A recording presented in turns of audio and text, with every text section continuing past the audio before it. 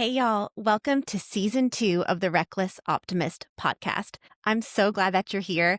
This is a show about hope, strength, perseverance, and resilience. Let's get into it. Hey, everyone. Today on the podcast, we have Marjorie. I met Marjorie through my oldest brother, Chad. I am so glad he introduced me to her. She is such a special soul, and we had so many parallels in our stories.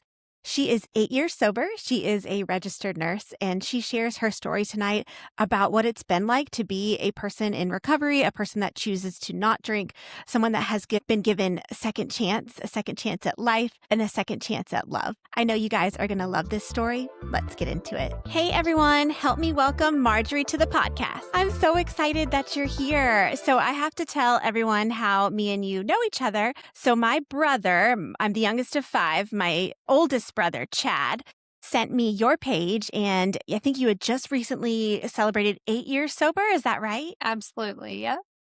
Super excited about it. Yeah. So he suggested that you would be such a good person to come on the show and share your story. So here we are.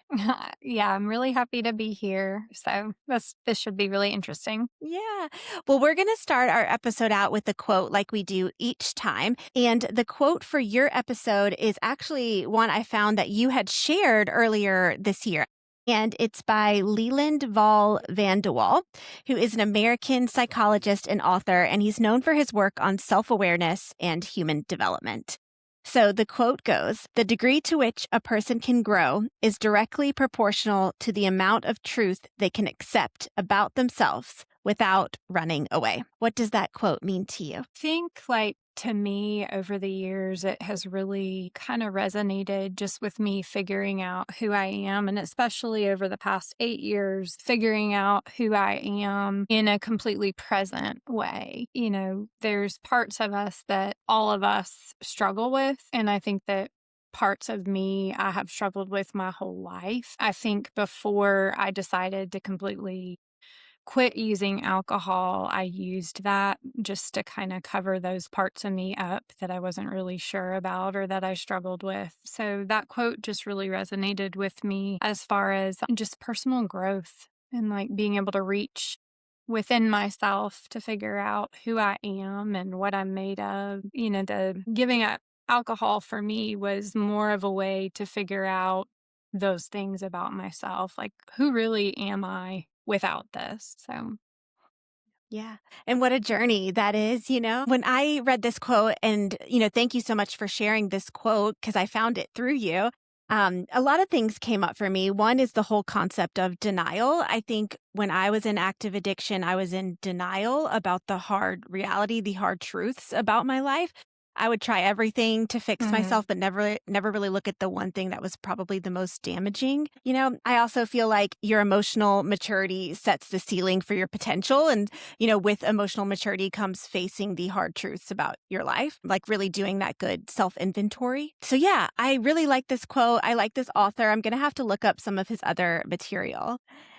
Well, I'm really excited to Mhm. hear your story. So, wherever you feel comfortable, just take us back. Okay, well, I guess I'll kind of start from the beginning. So I am the middle of 3 kids.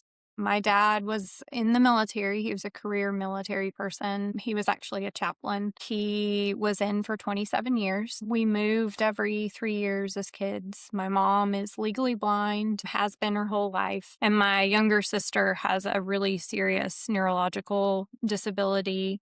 It's super rare. Told us until I was in 3rd grade, and it got to be too much for her to continue doing that.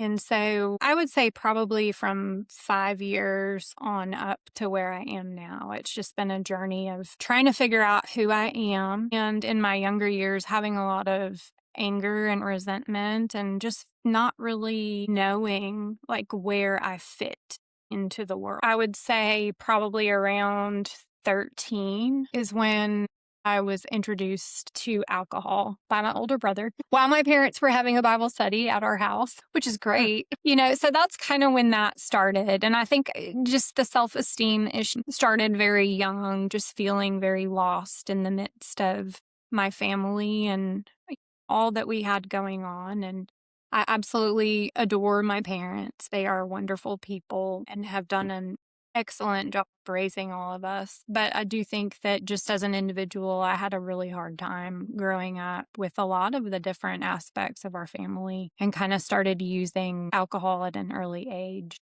I don't know that I necessarily have had like what you would call an addiction to alcohol. When I decided 8 years ago to stop drinking alcohol at all, I was kind of at a point in my life where I was in a really tumultuous, terrible marriage that I'd been in for almost 12 years. That was really the only common ground that I had with my spouse. And the main reason I finally decided just to stop drinking was to see if there was any other common ground still there between us, just to see if there was something salvageable. And, I realized that there wasn't. So it's just a hard reality, hard thing to learn. It has brought me to a deeper understanding of who I am, just myself. I have never looked back. I've never wanted to drink again. I really can honestly say I don't have any desire at all for any substances that would make me not present in my life. Yeah. Wow, it's such a beautiful story, and I can relate to you on so many levels. My first marriage was 16 years, and that was pretty much the only thing we had in common as well. And I stopped and he didn't, and now he is sober many years later, which is so great, and I'm super proud of him. Mhm. But yeah, it's hard when you get together and you're young and you change and they don't change, or vice versa. Young marriages Mhm. are tricky in that way. Yeah, absolutely. Yeah. I think that as you age, if one person is still doing that and the other person is not, it creates this dynamic that isn't workable in a lot of ways. And I think that just happened kind of naturally after I eliminated that. Well, technically, you're like on different energetic frequencies, right? If one person is drinking a mind altering substance and the other is not, you're literally on different levels, you know? Yeah, absolutely. Yeah. It's pretty crazy. I think too, just the reality, like your realities are just completely different. And being in Uh, the here and now and having someone who just kind of wants to play and do all the fun things, and you're sitting in the reality of what is actually there is mhm. definitely. My husband and I talk about this all the time.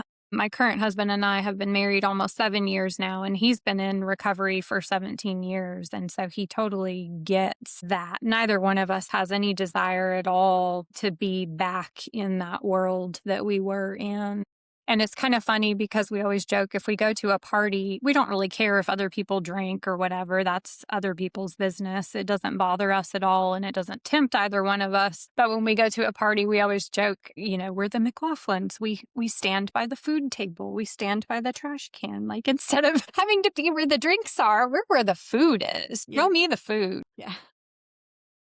I know. That's so funny. I laugh at that because I totally relate. Or if I'm not standing by the food, I'm like playing with the kids at the party or trying to be like helpful. Like, can I be the Absolutely. photographer?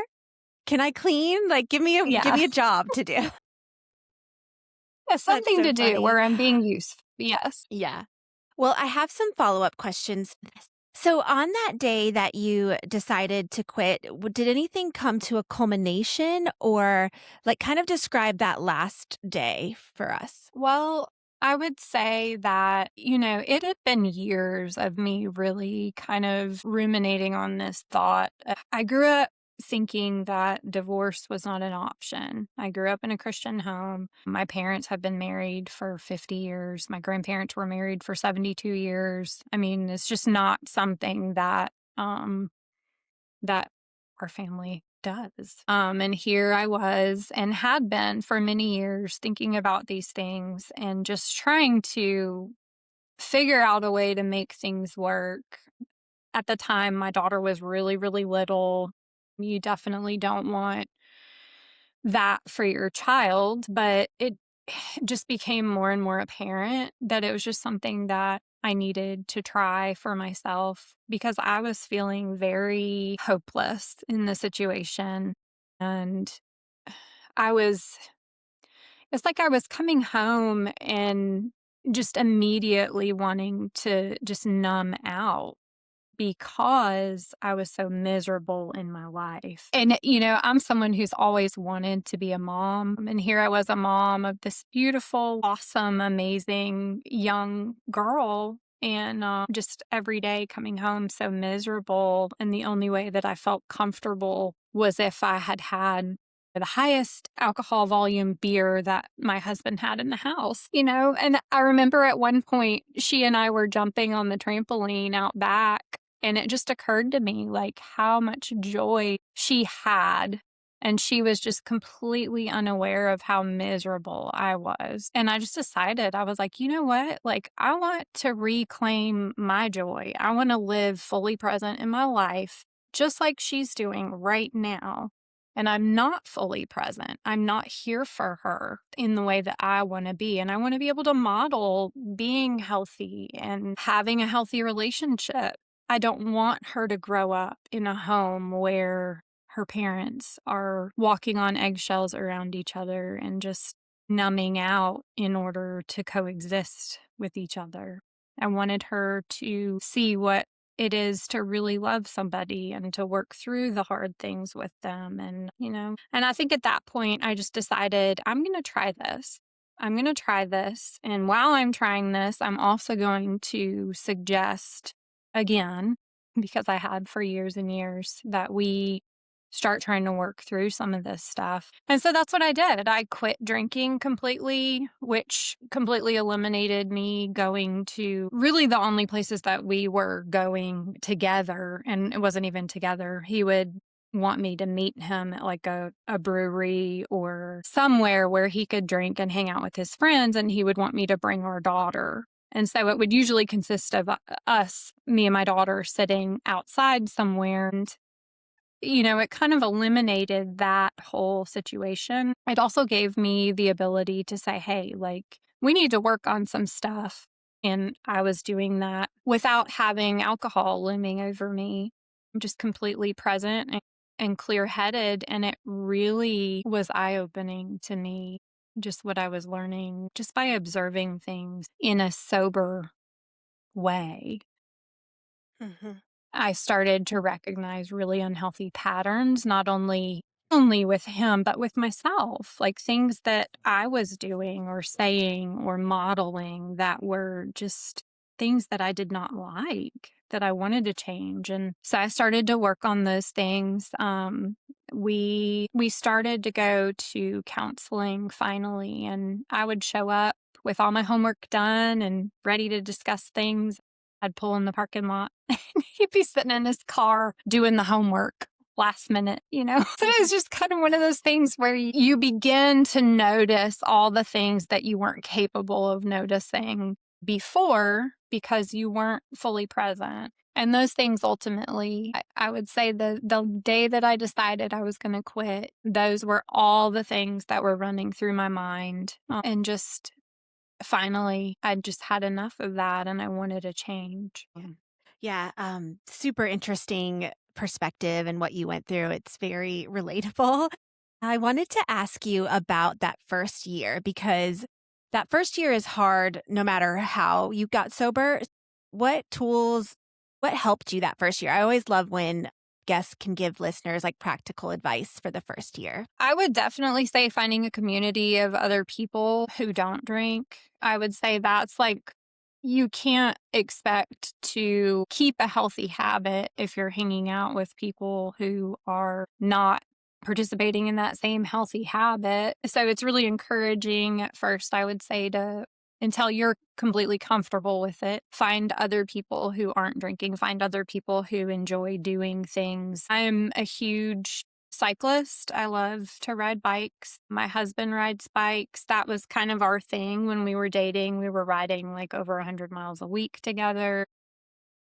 That cycling community was really helpful. Exercise is always big for me as far as relieving stress. I have anxiety, so it helps with that. And it also like is just nice to be able to set a goal for yourself physically. and stick with it. So I would say finding an activity that you enjoy doing and just doing it consistently, practicing it.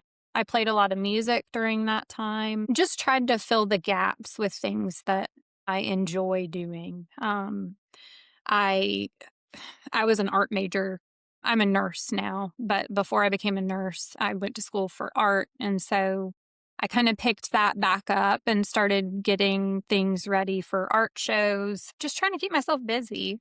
Um, I would say probably the first year, find a community, fill your time with things that you really enjoy doing, things that bring you joy, because you're going to need it. Mm. It does Yeah. get, instead of going out and being around people in those type of situations where everybody is drinking, you have to find alternatives to that. So I Yeah. started having like music nights occasionally where friends would just come over and play, spending lots of times outside. Yeah. Yeah.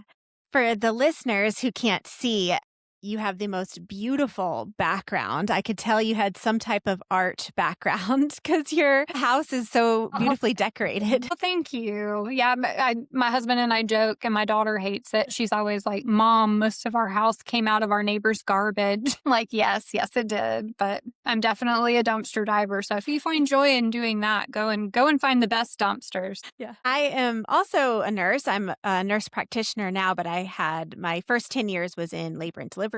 So I wanted to ask you about that. Oh, How has your, job as being a nurse changed in sobriety? Has it changed at all? Were you a nurse before you got sober or was that after?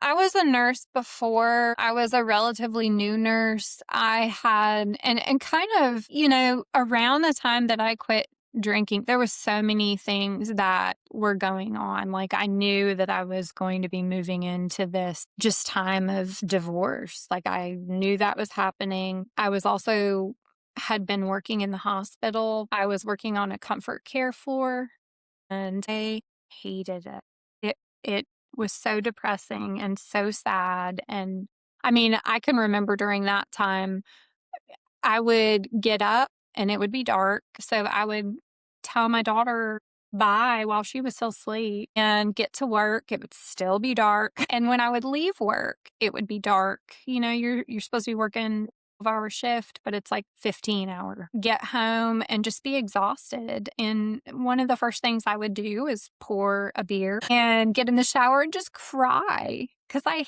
hated my life at that point. The only good thing in my life at that point was my daughter. And on Thursday nights, if I wasn't working, I would get to go and ride my bike. And those were the two things that, I looked forward to the most out of anything in my life during that time. Nursing at that time was so overwhelming because I was a relatively new nurse. And, comfort care is just sad. Everybody's dying all the time. It just was not what I was cut out to do. I did not stay in that job very long. I wound up quitting and I actually started working PRN. I've always loved working with people with disabilities. I think it's because my mom and my sister. And I got a job working for what used to be United Cerebral Palsy, and it's called United Ability now. But I worked there part time and I absolutely loved it.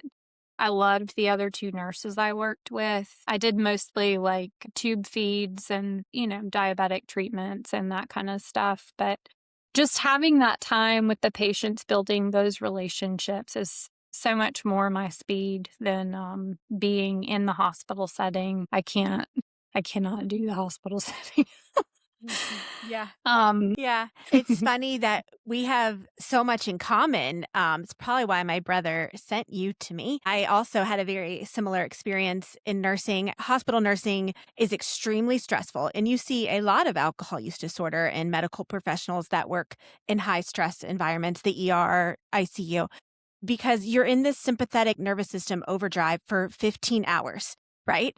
You're working in these like extremely, people's lives are on the line. And then you get home and you're like buzzing, right? And you don't know how to come down from that. And drinking switches you to the parasympathetic nervous system, right? And so that's why you see a lot of those bad habits start because we're just trying to calm down, you know? yeah. Yep. Yeah, and when you throw in the fact that you have like pretty significant anxiety already, I think I never realized like as a child why I felt so uncomfortable all the time. And I think a lot of it back then, like, people just didn't take their children and have them be like, oh yeah, your kid has like significant anxiety. And here's some coping mechanisms, Back then it was just kind of like, oh, well, she's just really sensitive and she needs to toughen up and she'll grow out of it. And eventually you kind of do, but your core personality, it just kind of stays the same. And so it wasn't really until I was an adult and started recognizing, like, I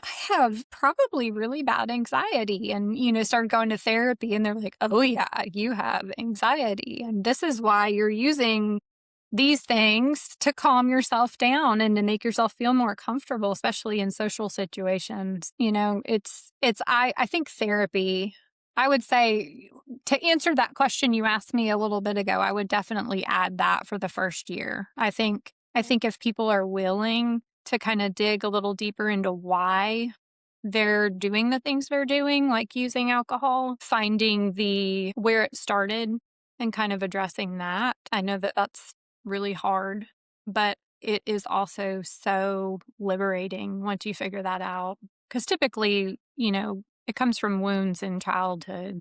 We carry those into our adulthood. Yes, you're absolutely right. I wanted to ask you, in my experience, I also had anxiety as a child. I think when I was a child, it kind of manifested as like hyperactivity, but I always thought alcohol helped my anxiety. But then when I got sober, my anxiety got so much better after about a year. It took about a year. Did you find your anxiety improved in sobriety at all? Absolutely. Yeah, absolutely. I think alcohol like masks what is actually happening.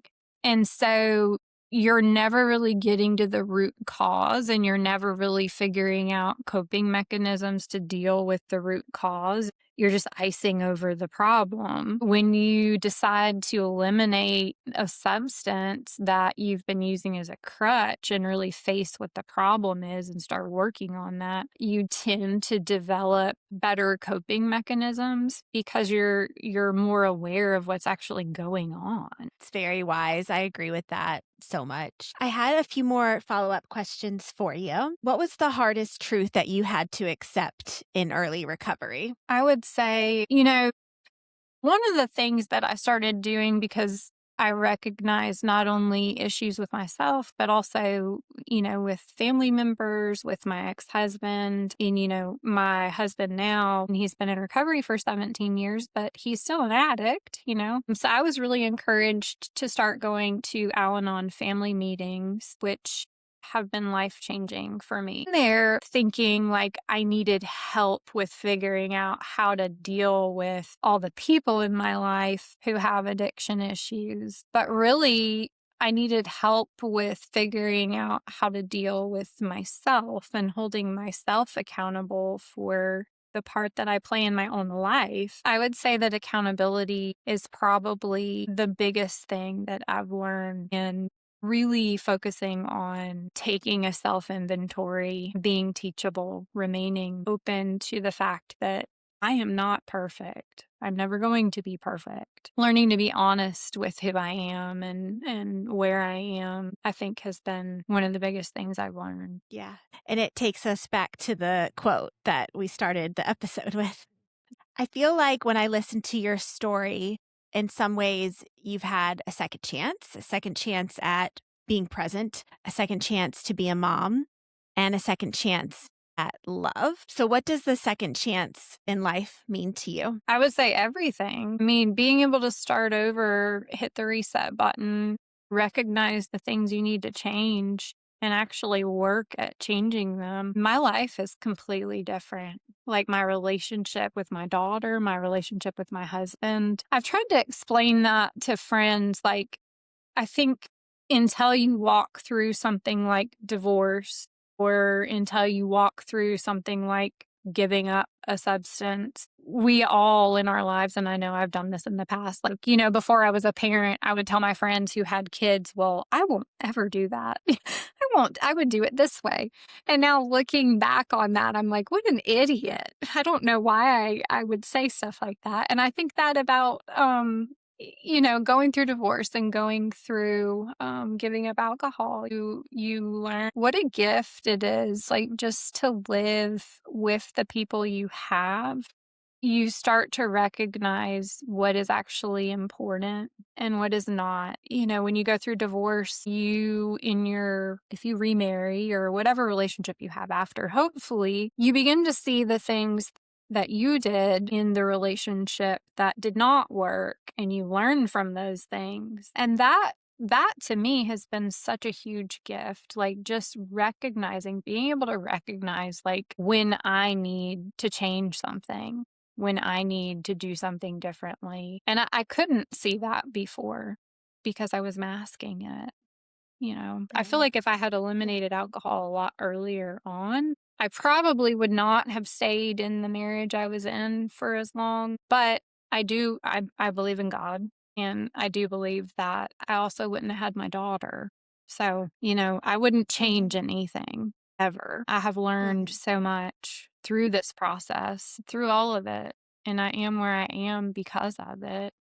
I would say when I talk to people about why I don't drink, to me, it makes so much sense. To them, it may seem weird, but I can remember that at the very beginning, people being kind of weirded out, like, what, you gave up? You're not drinking anymore? No, Mhm. I'm not. Like, well, that's weird. Yeah. Yeah. But Yeah. Yeah. Your story is interesting. It's a little bit like my husband. I'm also in a second marriage, and he didn't have to get sober like I did. I had to get sober to save my Mm, life. He chose to get sober mm. for the benefits of it. And so I think people question those people a little bit more. Yeah, I could Yeah. see that for sure. I mean, that's one thing that I think is so interesting. Like my husband, he's never questioned it. I think it made sense to him. I guess what motivated me, but I think that's just because he knows a lot of my backstory. But I definitely think there were acquaintances that I would hang out with that I did used to drink with, and just hang out with, and I don't anymore. And Mhm. I think that you do lose people that way, but you also gain other people, and they're people who do want to know a deeper part of you and connect with a deeper part of you. And that's really what I'm interested in. I'm not really a surfacey person. Like the nitty-gritty, I want to know who people actually are, if that makes sense. Yeah. Yeah, absolutely. I wanted to ask you, over the last 8 years, what has been the biggest challenge of being someone that doesn't drink? Huh. That's a good question. I've never really, it sounds crazy, but like I've never really thought about it just because it's never seemed like even something I second guess. It's just kind of become part of who I am. That part to me hasn't felt really challenging other than like explaining to other people. Like if you go to a party and someone offers you a drink, or like even my parents sometimes forget. They're like, yeah, I've got some beer in the fridge. You want one? And I'm like, well, I'm going to, I'm almost at 8 years here. And like my mom recently, I mentioned to her, I was like, it's been 8 years since I drank. And she is like, oh, okay. Like, it's funny because to me, like, it is definitely a big deal to not have drank for that long, but it's not something that I feel has been extraordinarily hard because I know it has been extraordinarily good for me, if that Mhm. makes sense. Yeah. Yeah, absolutely. And then the last question before our lightning round is, what has been the biggest blessing over the last 8 years? Oh man, living my life fully present and authentically, that has been the biggest blessing. Just being able to start to be fully present in my life for the first time ever. I was telling a friend recently, like, I wish that I had always been this comfortable with who I am because I feel like I would have enjoyed my life a lot more. And I would have saved myself a lot of heartache had I been. And I think the only way that I could have possibly gotten to this point, honestly, is by choosing to be fully present in all of it, even the pain. And Mhm. I think that those suffering times are what really help to shape us and build us and grow our character.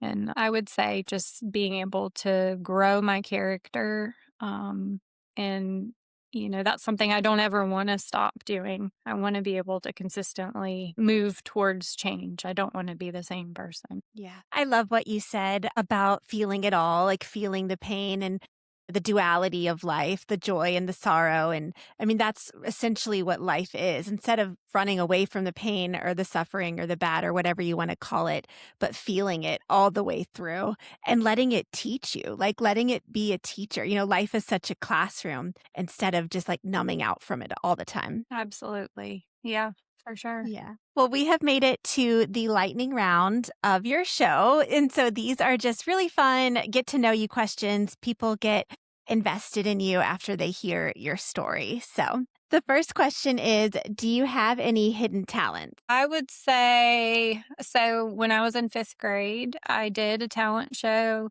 and my mom thought it was so funny because I think it was like 13 or 15 spoons off of my face. I don't know if that's a Well, talent, but yeah, that's definitely a hidden talent. That's awesome. Number two, what is one song that puts you in a good mood? I would say definitely Bob Marley, Don't Worry. Um, I love so when I was 8, I can remember my dad taking me shopping. He was back on deployment, and he let me buy a cassette tape, and it was a Bob Marley tape, and so I always go back. That's like my happy music. Feet in the sand, Yeah. sitting on the beach. Yeah, I love that. My dad was in the service too, and he always loved CCR. So I always go to that music too. Oh, love it, yes. Number three, what's the last concert that you've been to? I wanna say the last one I went to was Lost Dog Street Band at Saturn here in Birmingham. Number four, what would be your last meal? Man, that's hard. I love sushi. I absolutely love sushi in one particular restaurant here in Birmingham. We eat there at least once a week, but I also love authentic tacos. Hmm. I would say it would have to be sushi, though. Definitely. Yeah. Salmon avocado rolls. Okay. Last question, kind of a heavy question. What kind of legacy do you hope to leave behind? I hope that if no one says anything else when I die, I hope that people can at least say that I was kind. That Yeah. for sure is super important. And that I had a wicked sense of humor. I would like that too. It comes through. Both of those come through for sure. Well, I can't thank you enough for coming on. Thank you so much for sharing your story. People are going to be able to relate to what you have to say. And I think sharing our stories, there's so much power in that. I think we connect through those threads of humanity. And so I really appreciate you doing that. Yeah, absolutely. It was super fun. I've never done anything like this. Oh, you did a great job. Thank you so much. Have a good night. Thank you. You too.